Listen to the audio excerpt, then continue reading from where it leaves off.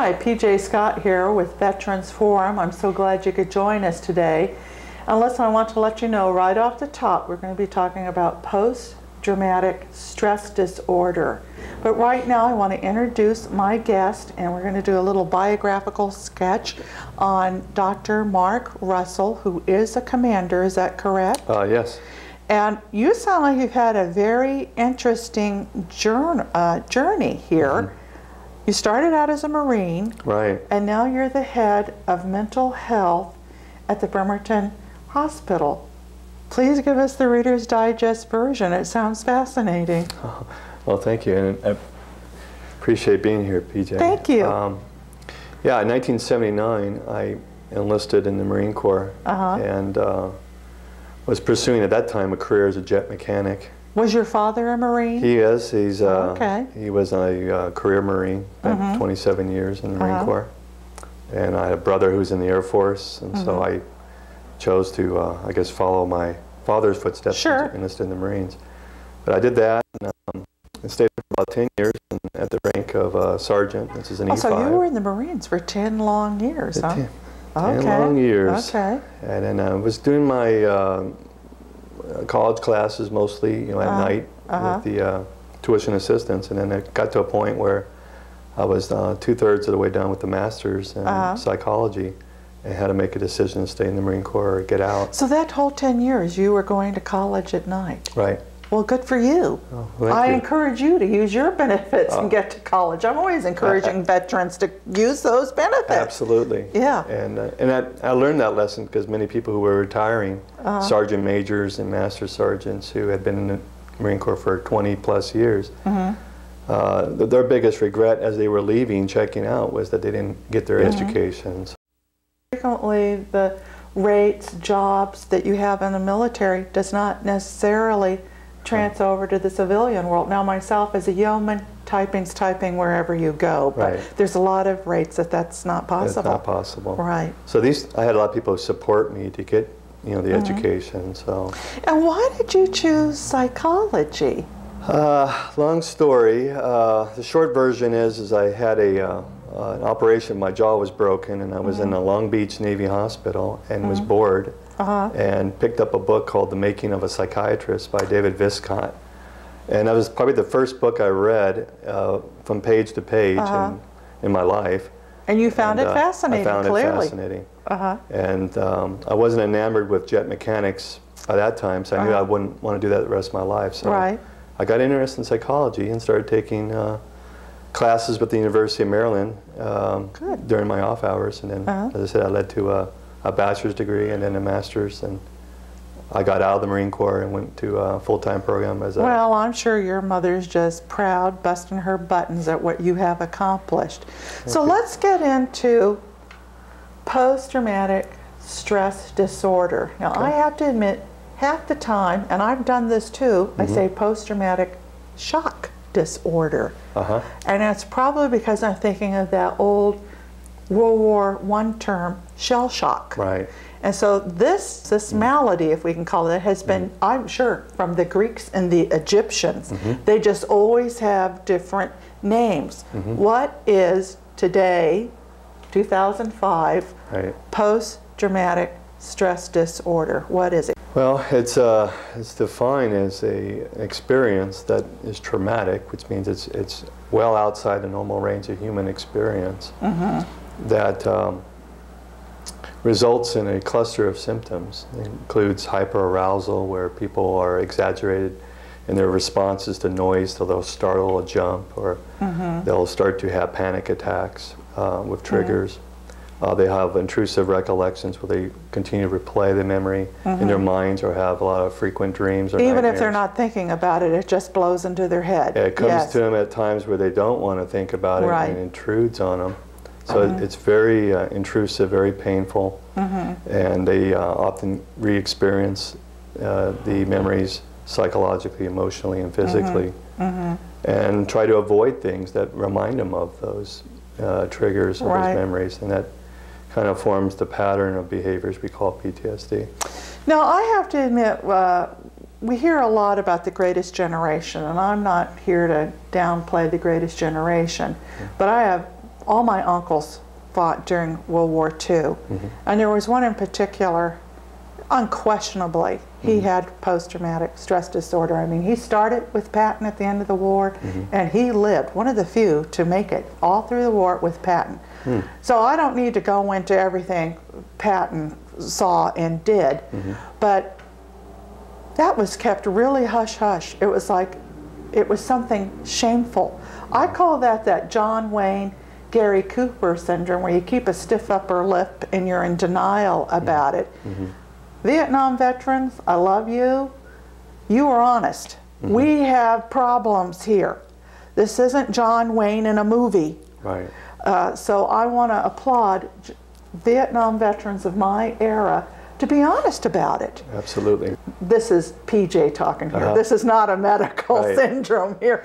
But John Wayne syndrome? Yeah, to get out of that denial. It seems like to me denial just keeps them locked in longer, and it's harder to keep it down, and then they explode and you have quite a mess on your hands.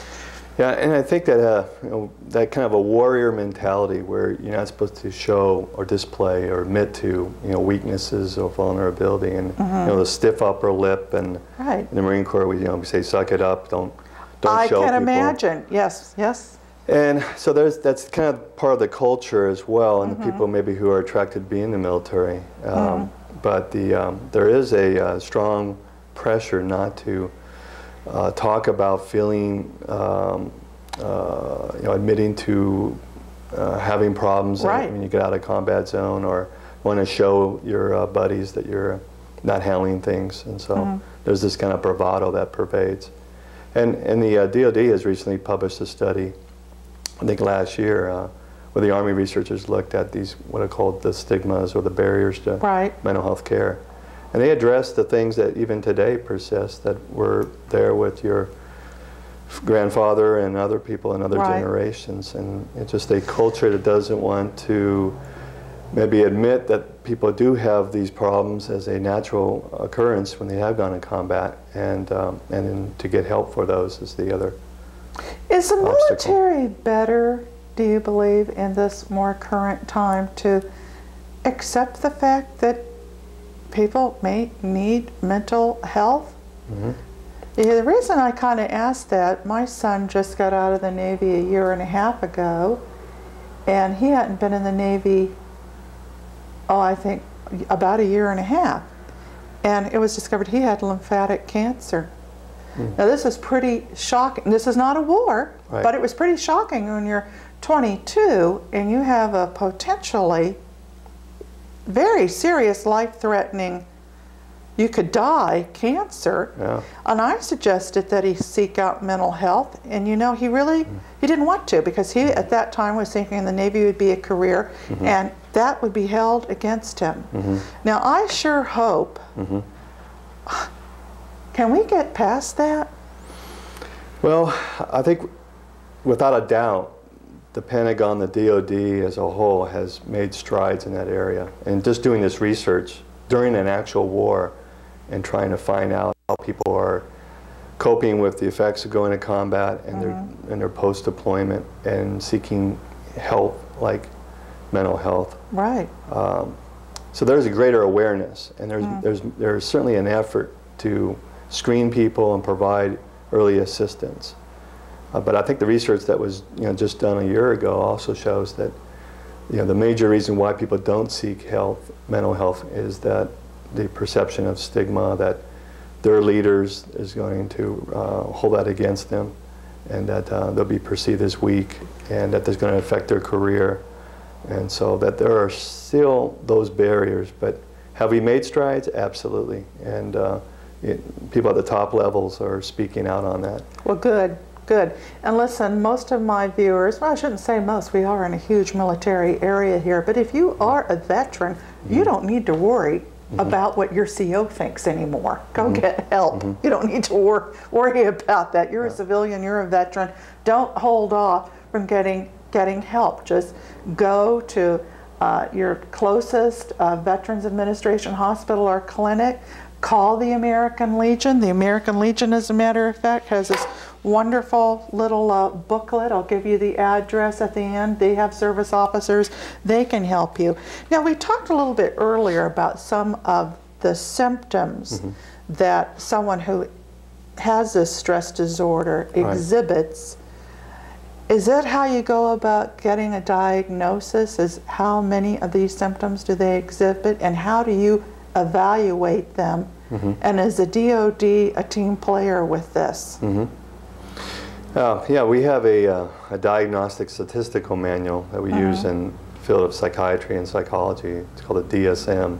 It's in its 4th edition, and it DSM stands for? Diagnostic Statistical Manual. Okay, I've been out of the Navy quite some time. I don't keep up with all. Well, this is actually a national recognized, if you would, encyclopedia of mental health disorders, and it tells you very specific criteria for each. And PTSD has a number of behaviors or symptoms, if you would, that a provider would be looking at to see if they're exhibiting or they're reporting to make that diagnosis. And there's a lot of good screening instruments they're used to that patients can report on and indicate if they're having these kind of experiences.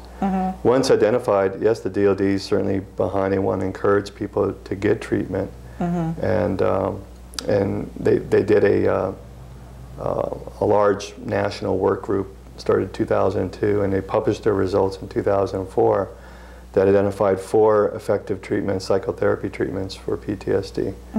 And that was something that wasn't available for the Vietnam generation, the generations it before. certainly wasn't. I was engaged to a man who was in the Army combat during Vietnam, and there just was nothing, nothing. I can't help wondering if that's why some of our Vietnam vets became drug addicts, because they were self-medicating and they couldn't live up to that father's idea about John Wayne, although I certainly know lots of World War IIers that became alcoholics, so they were all self-medicating one way or the other.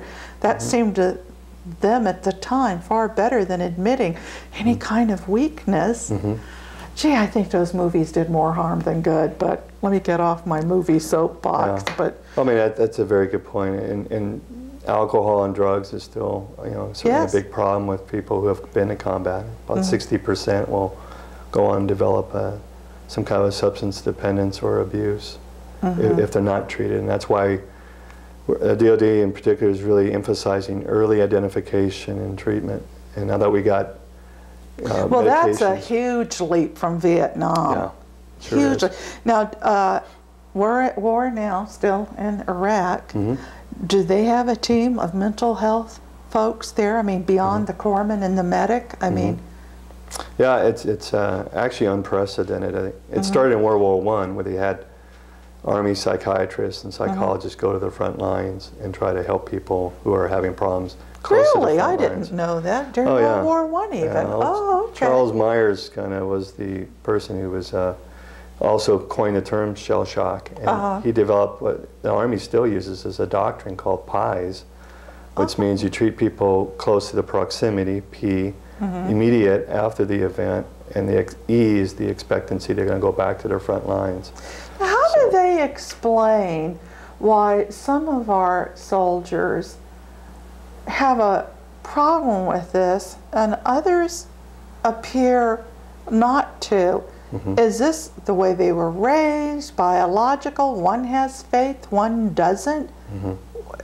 Do we have a grip on any of those factors? We have some ideas about what are some of the factors that go in when a person comes in the military, like personality, if they've had a history of abuse, if they had problems with substances, if they've been treated for depression, other history of trauma.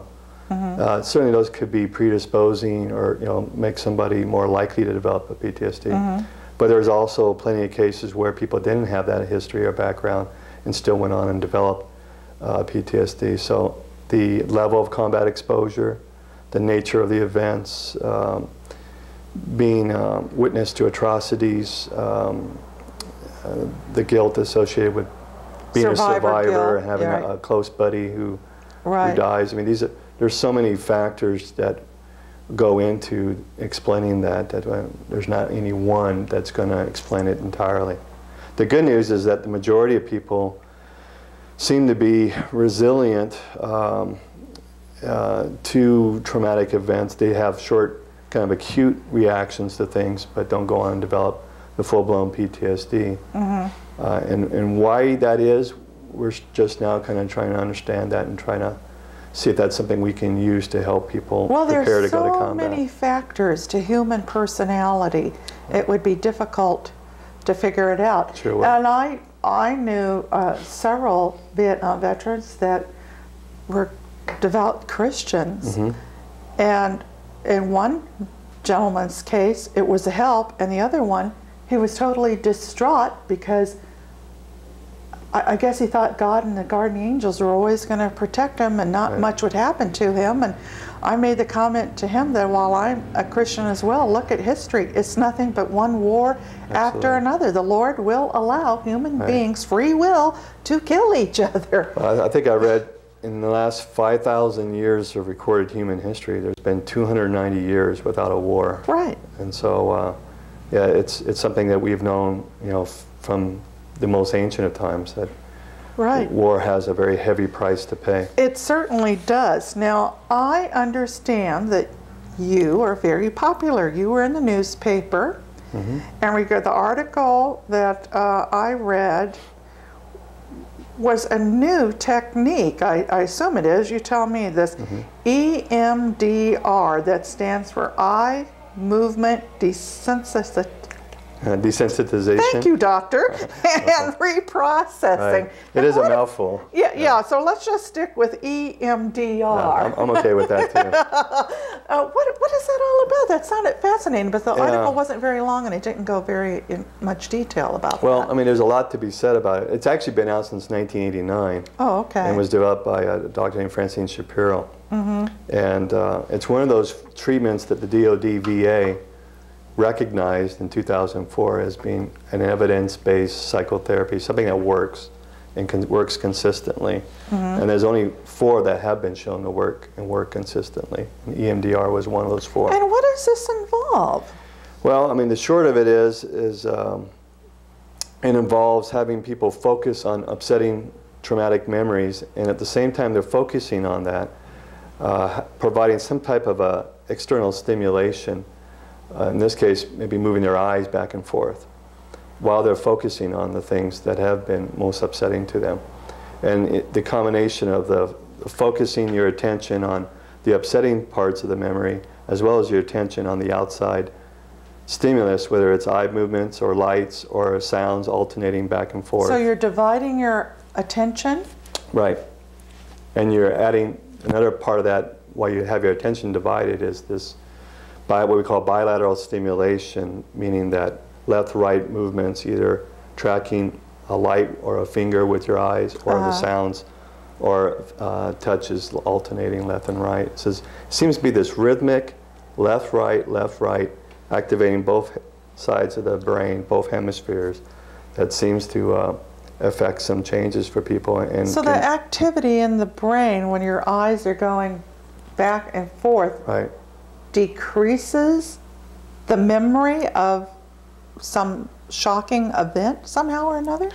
Yeah, it seems to, the word is desensitize, but it's more than that. It not only desensitizes or lowers your distress or disturbance when you think about it, but we actually see that people start to reprocess and reorganize their thoughts about the event and how they interpret it and how they believe of themselves in terms of how they acted. So this is a perception issue. Is that partly right or totally right? I think there's certainly a good part of that. It's not only that, but memory, when an event happens, it gets encoded in our brains as a picture, an image, as a thought or a belief, or feelings and sensations in our bodies, sounds and smells, all those things. So what this seems to do, this procedure, and most psychotherapies do this as well, but this EMDR seems to work a little quicker than the other types of regular talk therapy. But it allows a person to access the information instead of avoiding it, to think of the memories, but at the same time have them focus out here and follow either a light or a hand or sounds. And that combination seems to speed up the processing, the changes that you would see in regular therapy, and sometimes very dramatically speed it up. That is remarkable. I wouldn't have thought that, but you know what? The brain is a very interesting organ. It is indeed. So when when you see them, you've made a diagnosis, they do indeed have post-traumatic stress disorder. Right. There's therapy talking about it. Yep. I know that the man I was engaged to had to take sleep medication to avoid nightmares. Yep. I assume that still goes. They have newer medication that seems to be very effective, like with nightmares and with depression and just lower the arousal people have, so they're not as overactive and reactive. So the various therapies would be talking, medication, this eye movement. Yeah, this EMDR, often people have groups where people can get support amongst other people who have been in combat or other rape victims, if you're talking about people who have sexual trauma. So, and there's classes to educate people about how they can reduce their stress and deal with you know, their triggers and things that make them angry or depressed. So combination of classes and groups and medication.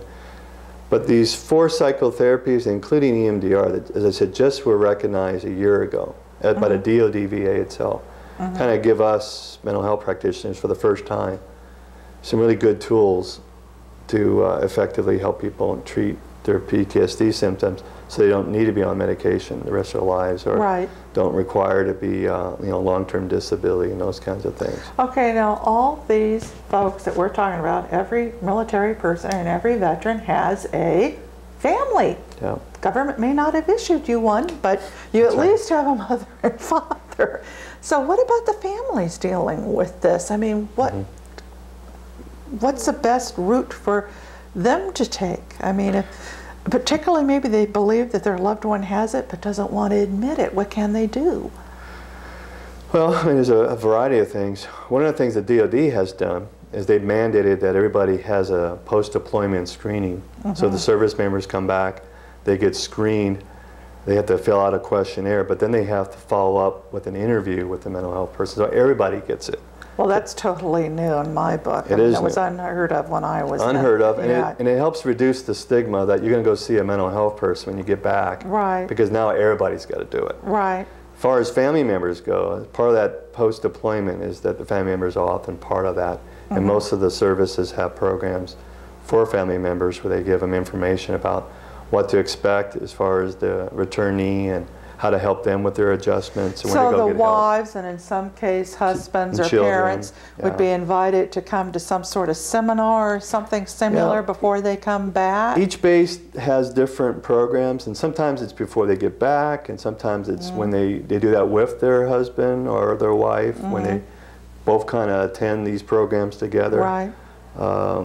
It kind of varies, of course, from base to base or command to command, but for the most part, there's plenty of information available for family members to, you know, where they can seek help if they are concerned about their loved one, or and they think their loved one has maybe PTSD or a condition like it, where to get help and so on. So that information is becoming much more widely disseminated, both through the internet and, you know, through the media and through the bases and the services themselves. Now, do you have any statistics on how our forces in Iraq and Afghanistan, how many of them are troubled with this? Or is that sort of an unknown? It's still unknown. It's certainly can be controversial. It will vary from who you talk to, expert to expert. Well, let's be honest. I mean, not everyone has a VA rating would be like 100%. Right. Some people might have a 30%. They didn't see as much, or they reacted to it differently, or whatever. So there's different levels of this. Yep. And so, I mean, right now, again, going back to that Army study that was published in 2004, they were predicting 15 to 20% of the people in those post-deployment surveys had some kind of a combat-related condition, whether it's PTSD or depression, something like that. Most other experts believe, just given the nature of the warfare out there, more of a guerrilla, more of a, you know, a sense that there is no place of safety, that the rates will probably go a lot higher than 15–20%. And probably what we saw with Vietnam was that with combat veterans, it was closer to 30–40%. Right. And a lot of people, including myself, would probably guess would be, as the years go and people get back, and they've been back for 6 months to a year or a few years, and they start developing problems, you probably see rates probably closer to at least 30%. Well, I certainly want to stress, and I'm sure that you would agree, that if you think or believe or wonder or know, not sure, you know, whatever term you want to use, please get help. There is absolutely nothing shameful about this. You are a human being, and human beings can be shocked and traumatized. You're not a robot, and go seek help. Yeah. Now we have about 1 minute left. Boy, you've been a great guest. I could go on and on. Is there one major point you'd like to make before we leave? Well, the major point is that there are really effective treatments now. And I met with a 75-year-old combat veteran from Vietnam.